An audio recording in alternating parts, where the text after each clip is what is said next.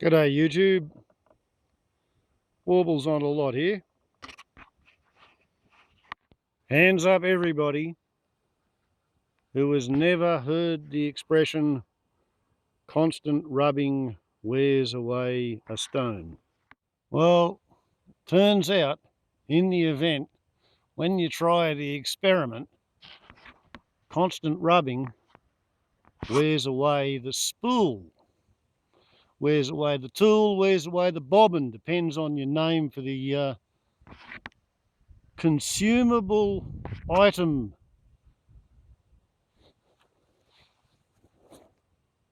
which carries the strings, that which spins. And this one has done 61 hours and 16 minutes. And I reckon it's getting just a little bit too thin in places to be entirely safe to continue to operate. Now, of course, we know that it's 61 hours and 16 minutes because at 150 hours and 35 minutes, that was when this new 2-string bobbin went on. And we're now at 211 hours, 51 minutes. And there in the bag we have the $10 replacement. And because I'm sort of notorious for being a bit of a bugger for liking to know things, I thought it might be interesting to discover or determine how much constant rubbing has worn away the tool, the spool, or the bobbin, whatever you want to call it. So we'll take it out of the bag and gaze upon the new one and compare the two of them.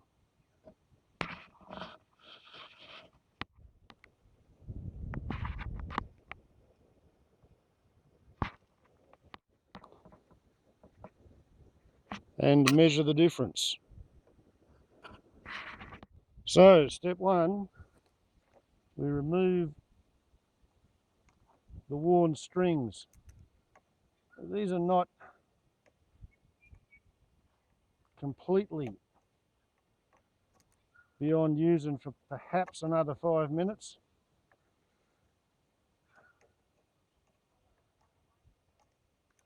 But in terms of pure frustration level, it's barely worthwhile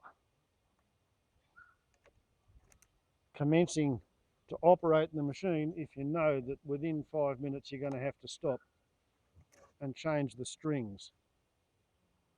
So, considering the fact that I want to go out there and spend maybe an hour, maybe 2 hours playing around with me whippy snippy, I think these can be thrown to the collection, which is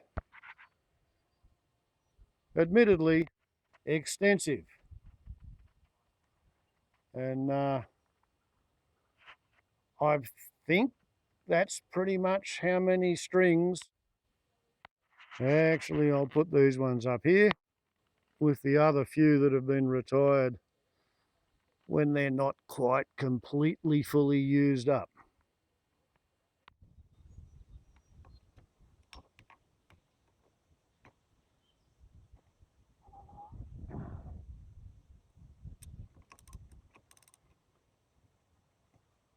There we go, reverse thread.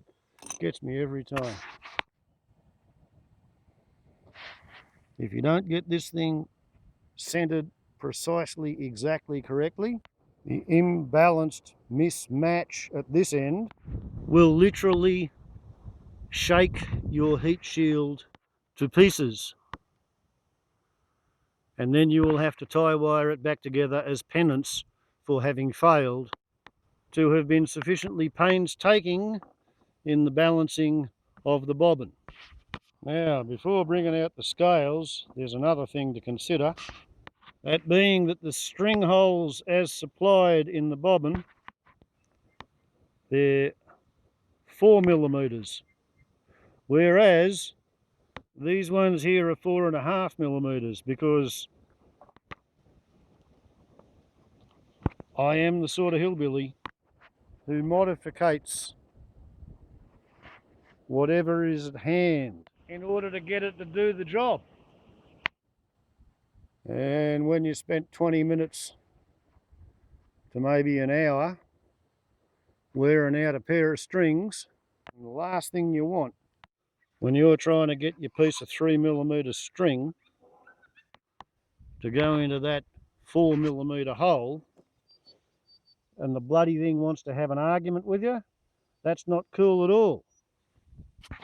So part of the change procedure is to rebore the hole so your string will fit through it without debating the procedure in real time. As you can see, there's plenty of meat in the casting. Okay, so we'll get ourselves a bit of a baseline. 235.2 grams. Is that readable from there? 235.3, 235.5, 235.6, 235.4. We have a variable feast of aluminium, or as the Norte-armed Americanos say, aluminum. So this is the side from which we drill. And we'll see how we do go.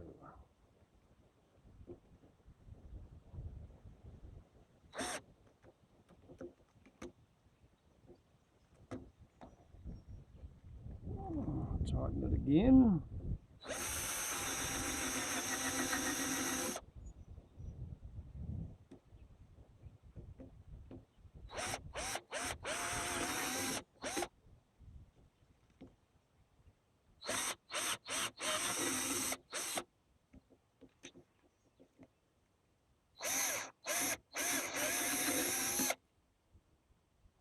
There we go, 1/2.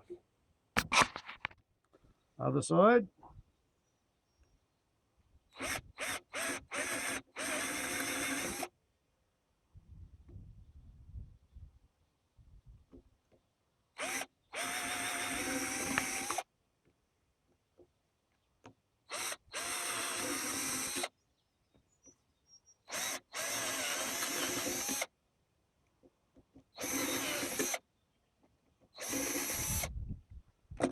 Right, we have indeed removed metal.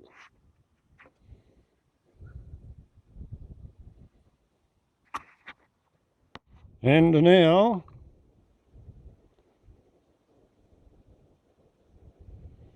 $235.3, so we have not removed as much as 1/10 of a gram. And of course, in the interests of fairness, before weighing the pair of them, I think I'd probably better dig out all that grass and dust and dirt and mud and muck and grease which is stuck onto the old one.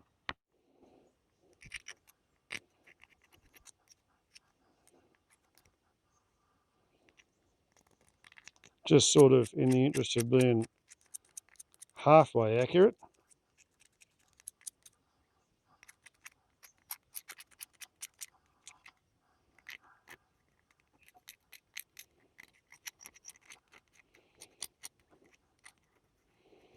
Stuff's always getting stuck in here. And the argument between centrifugal and centripetal force and the strength of the proponents and deniers on both sides of that one. Make sure that it always gets stuck in there. Looking a bit better. Introduce it ever so briefly to the concept of a wire brush.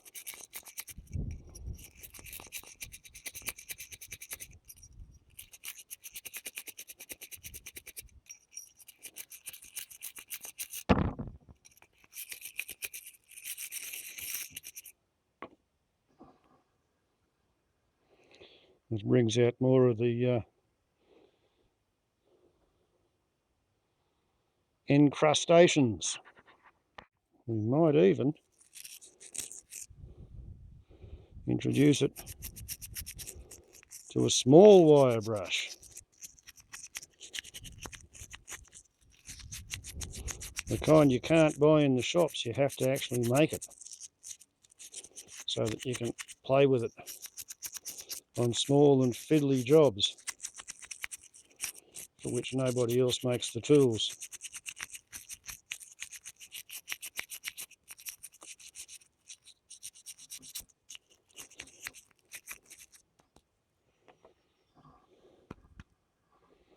And did I make this one? No, of course not. I inherited the bloody thing.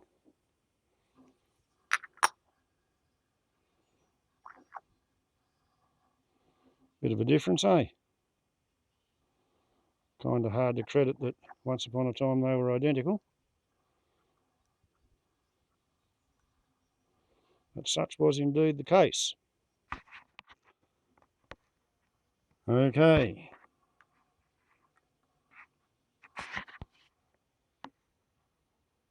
We switch it on and we zero it. And we plonk that one on. 235.3. We will try again.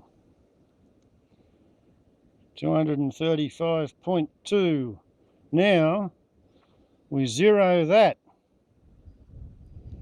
We take it away and we're now minus 235.2. We drop that one on there and we find we have taken away 53.2, 53.4, 53.5. Somewhere around 53.5 grams, which is not quite 2 ounces.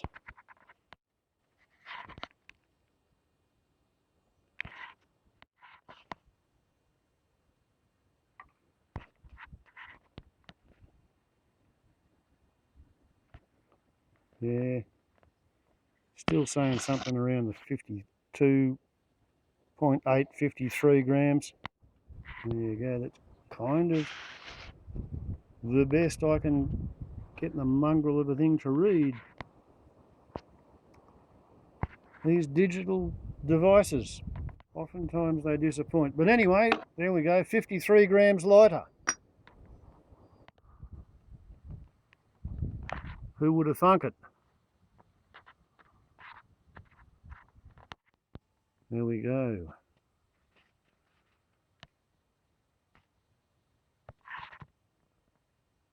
That's your comparison.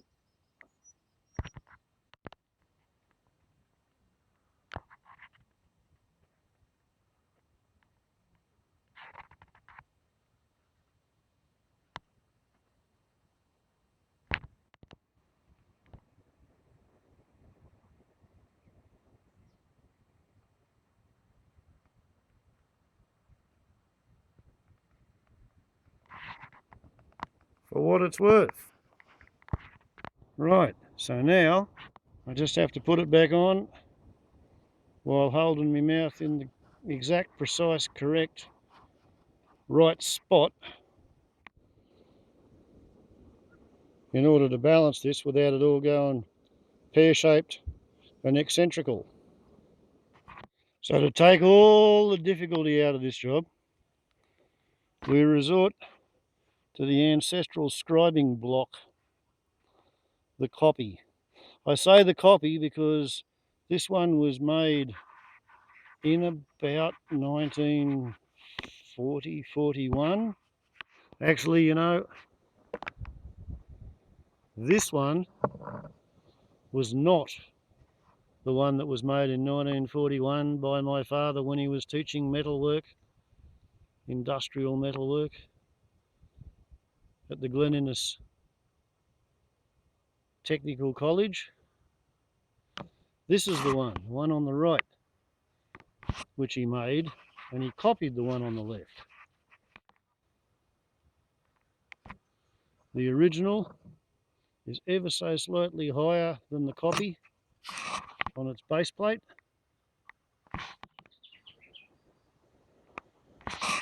And the copy has some flaws in the metal,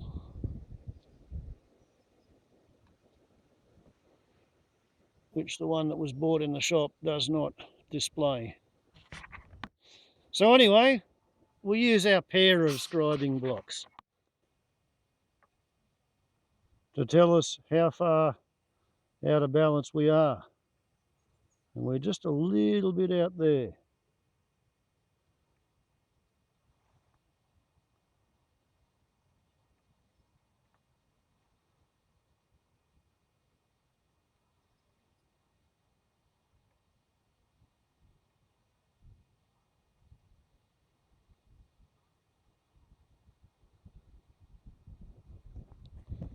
Okay, a little bit of percussion. Oh, way too much.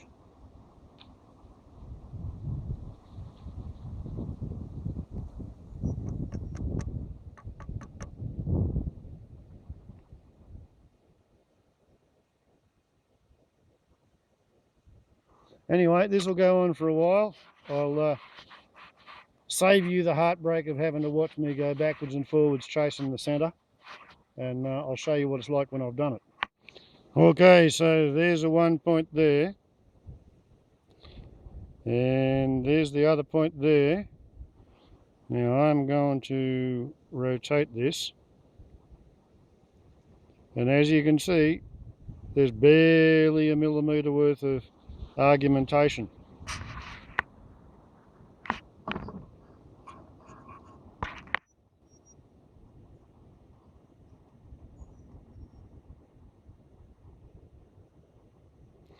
I'm not going to say it's perfect, but I'm not entirely certain that the paint is perfectly evenly distributed on the edge of the aluminium either. Sorry about the camera bounce. But anyway, that's the procedure. As quaint and as archaic as it might be. But the fact is, it works. And while I might not look after the inherited scribing blocks to the tune of polishing them and oiling them and keeping the cobwebs off them, I do occasionally actually use them in real life to maintain the tools with which I maintain my humble abode or palatial mansion, such as it is. Pretty sure there's 500 million refugees scattered around the world who wish fervently that they had a palatial mansion such as this to have to worry about maintaining. And we started using this roll of string, 43 metres of it, at 171 hours 43 minutes, which is 40 hours and 8 minutes ago in terms of engine running, operation and cutting time. So 40 hours for 43 metres, not quite the metre per hour, a little bit more than that, maybe a metre 0.1 per hour. So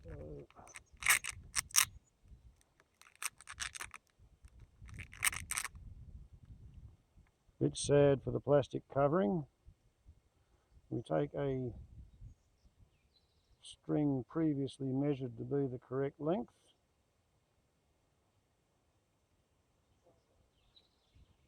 and we cut it, and we discard the measuring string, and we cut the balanced pair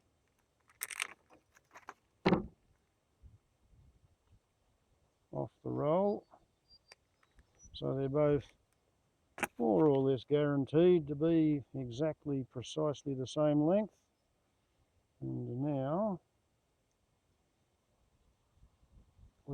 pre-crimp a pair of 90-degree bends.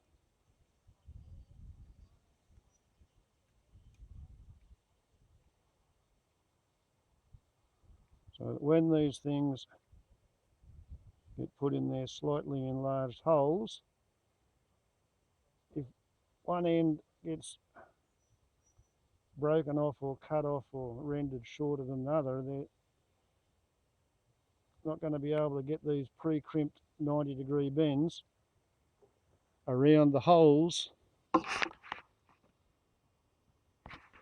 in the bobbin.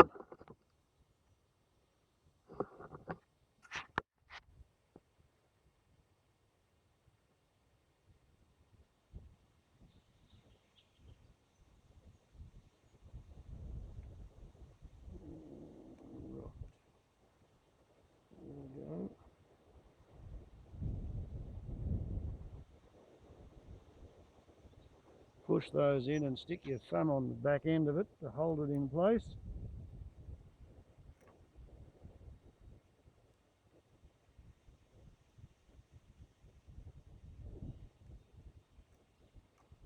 Pull it out. Set up the other one the same. Making sure that you've got the bias correct. Yeah, that way. Because these bits of nylon have been wrapped around that spool since they went onto it hot, and the molecules want to lay one way and they don't want to curl up the other way. And what you want with these things is you want your strings to basically reach down and feel for the ground.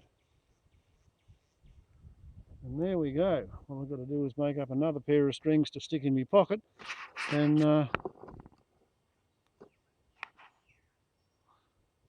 yeah, I'll be ready to go. What a pity the sun came on that tree trunk and may have made a bit of a mess of that last shot. But anyway, you get the gist of it, surely. Just in case the lighting made a mess of it the first time, I will try and demonstrate again.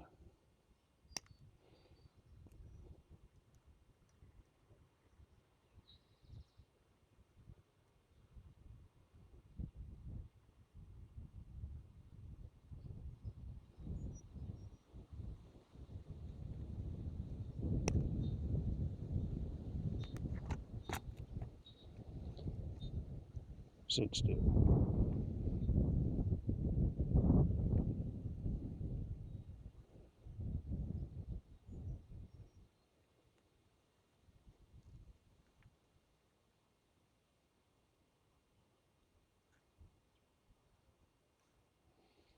And there are people who suggest I should use one of the automatic spools so that I don't waste the piece of string in the centre of the bobbin.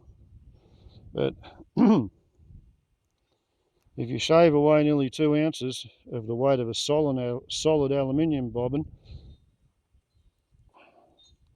53 grams in 61 hours, not quite a gram per hour, but yeah, you do that.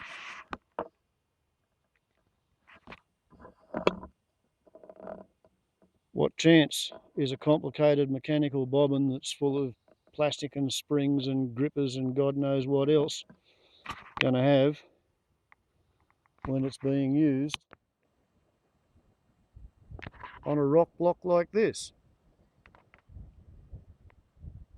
full of stones and sticks and really, really hard things, and virtually no smooth, even surfaces that's going to be easy to work around.